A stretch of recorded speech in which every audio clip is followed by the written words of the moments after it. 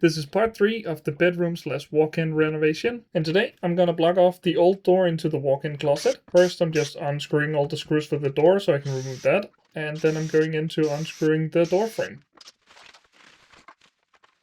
I got some help cutting out the bottom because that was siliconed. Thank you to my wife.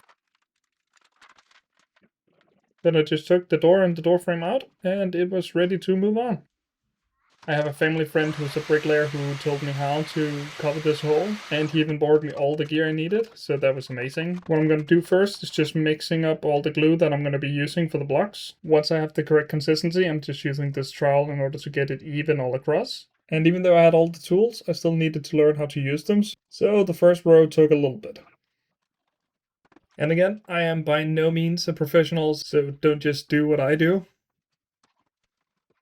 Putting down the first block was pretty easy. The second one I had already pre-cut, and then I just continued upward. But unfortunately my camera ran out of battery and I did not notice, so I don't have any video of that. But you will see it once it's finished before I cover it up.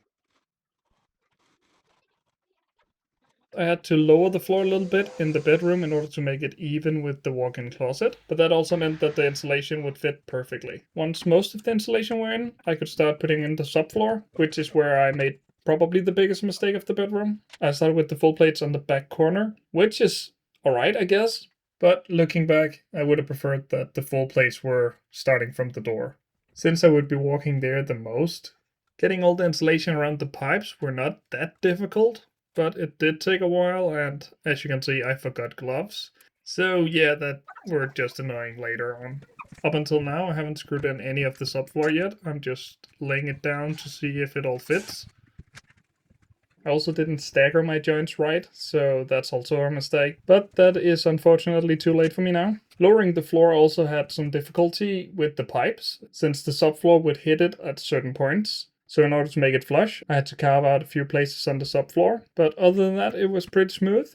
And once I know everything is good, I can start screwing everything down. I'm using the crowbar against the wall in order to make sure that I have a little bit of space in order for the subfloor to expand. And with the back row screwed in, I can start with the next row here, and again, I need to carve out a little bit more for the pipes. I'm simply just using a hammer and a chisel for that. It wasn't the fastest, but I did have more control. After a few test fits, I could finally screw it down and place the rest. With the last 2 plates in, I could again use the crowbar in order to create the space, and then I could screw everything down. In the next part, I'm going to show you the finished covered door, and then I'm going to finish covering it, and I'm going to be finishing up the new entrance for the walk-in. I hope you liked this video. If you're interested to see what happens next, subscribe to follow.